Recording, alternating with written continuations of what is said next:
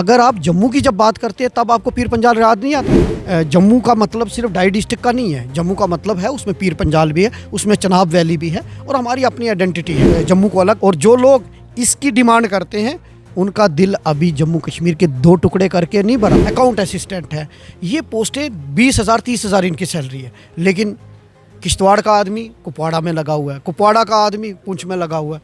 60,000 ऐसे बच्चे हैं, कोई उनकी ट्रांसफ़र पॉलिसी नहीं है। बजट से बहुत सारे जो नौजवान हैं, जो बेरोज़गार हैं, जो आर्जी मुलाजमीन हैं, उनको बड़ी उम्मीदें हैं कि इसमें वो उनकी बातचीत होगी। आपके पीछे खड़े हैं लोग, सीजनल टीचर्स हैं ये, इनकी क्या बात करेंगे आप? इनकी मांगे क्या उठाएं कल? मैंने सीजनल टीचर्स का मुद्दा अभी असेंबली में उठाया है। मैंने casual labour, daily वीजर, seasonal workers, anganwadi worker, आशा वर्कर, मनरेगा वर्कर, रैबरे खेल, रैबरे ज़रात, रैबरे सेल, ये सारा मुद्दा मैंने अभी उठा कर आया हूँ।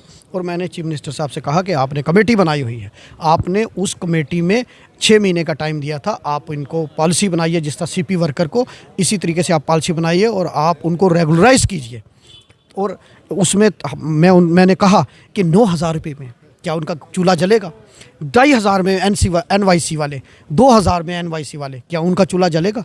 तो ये हमने सरकार के ऊपर तब तक इनका मुद्दा उठाते रहेंगे। अभी सीजनल वर्कर हैं हमारे, जल शक्ति डिपार्टमेंट में हैं, ये जो लोग हैं ये बैकबोन है डिपार्टमेंट की। अगर एक पोल पे कोई चढ़ता है तो वो कैजुअल लेबर और डेली वीजर चढ़ता है, नलका खोलता है तो वो कैजुअल लेबर और डेली वीजर। और 9,000 रुपया हम उसको देते हैं। 9,000 इस महंगाई के दौर में वो अपने घर के बाल बच्चों का पेट कैसे भरेगा? और इन सब के बारे में सरकार को संजीदगी से सोचना चाहिए। और हम उस मुद्दे को असेंबली में हमने उठाया। और मैंने नौजवानों के रिक्रूटमेंट का मुद्दा भी उठाया कि जितनी पोस्ट खाली हैं वो सारी रेफ़र करनी चाहिए JKSSRB को। मेरे साथ कांग्रेस के MLA जो पीर पंजाल से आते हैं, इफ्तिकार चौधरी हैं। जिस तरह से कंट्रोवर्सी हुई पीर पंजाल पे, ये कहा गया कहाँ पे है, किस कागज़ में लिखा है पीर पंजाल, हम नहीं मानते। LOP सुनील शर्मा ने, लेकिन बाद में हंगामा हुआ, इन्होंने प्रोटेस्ट किया असेंबली के बाहर। इस सब पे बातचीत करेंगे। आपका बहुत बहुत शुक्रिया बात करने के लिए। किस तरह देखते हैं कि रीजन्स को बांटा गया? देखिए, ये दर्शाता है कि भाजपा के दिल में पीर पंजाल के लिए कितनी नफ़रत है। वो सिर्फ पीर पंजाल रीजन को अपने वोट बैंक की पॉलिटिक्स के लिए इस्तेमाल करना चाहते हैं। जिस तरीके से एक संवैधानिक पद पे बैठे हुए वरिष्ठ नेता भाजपा के सुनील शर्मा जी ने कहा कि कौन सा पीर पंजाल, और वो उन्होंने बोला जब उनको पूछा गया कि नेशनल लॉ यूनिवर्सिटी की डिमांड पीर पंजाल से भी है, तो उन्होंने कहा कौन सा पीर पंजाल, कहाँ का पीर पंजाल, किस किताब में है, किस डिक्शनरी में है? मैंने तो नहीं सुना, मैं नहीं जानता। तो ये अल्फाज थे उनके, और हमने उसकी मजम्मत की असेंबली के अंदर। और हमने उनसे कहा कि आपको माफ़ी मांगनी चाहिए, लेकिन उन्होंने कहा मैं माफ़ी नहीं मांगूंगा। तो जो एरोगेंसी उन्होंने शो की है, लोग, जनता उनको देख रही है, जनता उनको आने वाले वक्त में जवाब देगी और उनको पता चल जाएगा कि पीर पंजाल क्या होता है। क्योंकि किसी भी सत्ता का जो रास्ता है, कोई भी सरकार जो बनती है वो पीर पंजाल से होकर बनती है। और पीर पंजाल के लोग ये बता देंगे कि कौन से पीर पंजाल के लोग। पीर पंजाल के लोग वो लोग हैं जिन्होंने देश के लिए ऑपरेशन सिंदूर में अपनी जान गंवाई, जिन्होंने सरहदों की हिफाजत की। और जब 71 की जंग हुई, 65 की जंग हुई, तो पीर पंजाल के लोग बॉर्डरों पे खड़े रहे। अगर उनको ये पता नहीं पीर पंजाल कहाँ है, तो अपने पूर्व अध्यक्ष रविंदर रैना जी से पूछ लें कि पीर पंजाल कहाँ है, वो भी पीर पंजाल से आते हैं। लेकिन ये बताइए कि इनके कुछ लोग कहते हैं कि जम्मू को रियासत का दर्जा दीजिए, सेपरेट स्टेट, और कश्मीर को अलग कीजिए। क्या पीर पंजाल ये मानता है, ये इनके साथ है अगर कल को जम्मू स्टेट बनती है? हम बिल्कुल इसके खिलाफ़ हैं। हम यूनिफिकेशन की बात करते हैं। वो कहते हैं एक देश एक देश, और वो कुछ नारा लगा रहे थे। तो मैं कहता हूँ कि अगर आप जम्मू की जब बात करते हैं तब आपको पीर पंजाल याद नहीं आता।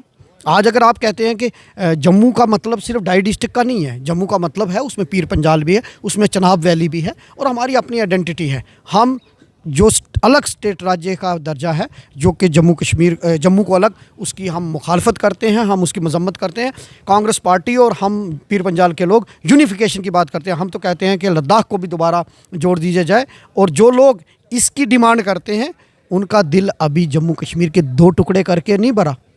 अभी नौजवानों के ज़ख्मों पर मरहम लगाने के बजाय उनको ज़ख्म देने से उनका अभी मन नहीं भरा। जो अभी वो दो टुकड़े किए हैं, लद्दाख की हालत देखिए, और जब जम्मू को भी अलग करेंगे तो इस पर भी तबाही निकालेंगे। तो इसलिए हम इसकी मजम्मत करते हैं। और जो ऑलरेडी डिस्ट्रिक्ट लेवल की पोस्ट है, जैसे VLW है, जैसे अकाउंट असिस्टेंट है, ये पोस्टें 20,000 30,000 इनकी सैलरी है। लेकिन किश्तवाड़ का आदमी कुपवाड़ा में लगा हुआ है, कुपवाड़ा का आदमी पुंछ में लगा हुआ है। 60,000 ऐसे बच्चे हैं, कोई उनकी ट्रांसफ़र पॉलिसी नहीं है, पूरी ज़िंदगी वहीं नौकरी करेंगे। तो या तो डिस्ट्रिक्ट लेवल पर होनी चाहिए या फिर एक ट्रांसफ़र पॉलिसी होनी चाहिए 5 साल के बाद, ताकि उनको भी उम्मीद हो कि हम अपने घर में जाएंगे। और क्योंकि अगर वो किराए का कमरा लेकर वहाँ इतने दूर रहेगा, 60,000 बच्चे इससे सफ़र हो रहे हैं। ये मुद्दा भी मैंने वहाँ असेंबली में उठाया। जी। एक और सवाल ये है कि सोशल मीडिया जो न्यूज़ पोर्टल्स हैं, पहले अखबारों में खबरें आती थी, आज आप अंदर कुछ बोलते हैं विद इन सेकेंड्स वो एयर होती है और सब लोग देखते हैं उन चीज़ों को। न्यूज़ पोर्टल्स के लिए जैसे पंजाब ने पॉलिसी बनाई, उनको एम्पैनल किया, सरकार उन्हें ऐड देती है और वो अपना खर्चे चला पाते हैं।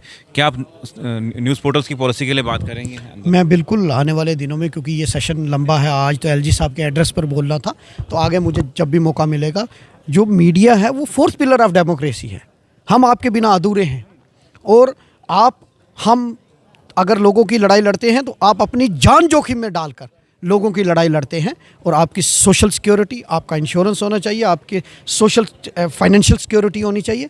और जो आप लोगों की लड़ाई लड़ रहे हैं उसमें आपका सहयोग सरकार को करना चाहिए। और आपको इतनी सिक्योरिटी होनी चाहिए कि आपके परिवार को भी उसका फ़ायदा हो। आप अपनी जान जोखिम में डालकर लोगों की आवाज़ को उठाते हैं। तो मीडिया बिल्कुल हमारे समाज का अटूट अंग है और पॉलिसी होनी चाहिए ताकि जिसमें मीडिया को भी बेनिफिट होना चाहिए। ये बताइए कि जिस तरह से आप अलाइंस में हैं NC के साथ, लेकिन कुछ मीटिंग्स हुई, उसमें सिर्फ एक आपका MLA मीटिंग में गया, उसके बाद बड़ी दूरियां दिख रही हैं बढ़ते हुए। क्या मुतमईन है इस सरकार की पॉलिसी के साथ? देखिए, कुछ इश्यूज़ हैं, कुछ इश्यूज़ थे जो हमारे प्रेसिडेंट साहब ने भी क्लियर किए। और मैं कहूँगा कि कोऑर्डिनेशन कमेटी की कमी ना होने की वजह से ये इशू पेंडिंग रहा। और हम उसमें कोऑर्डिनेशन कमेटी होनी चाहिए, क्योंकि जब भी कोलिशन होता है तो कोऑर्डिनेशन कमेटी होती है। आज भी हम सरकार को सपोर्ट कर रहे हैं। आज मैंने सरकार के उस जो LG साहब का एड्रेस था, वो विजन डॉक्यूमेंट था, उसका समर्थन किया। लेकिन जहां सरकार भटकेगी अपने मैनिफेस्टो से, वहां हमें उसको घेरने का काम भी करना है। चलिए, बहुत बहुत शुक्रिया।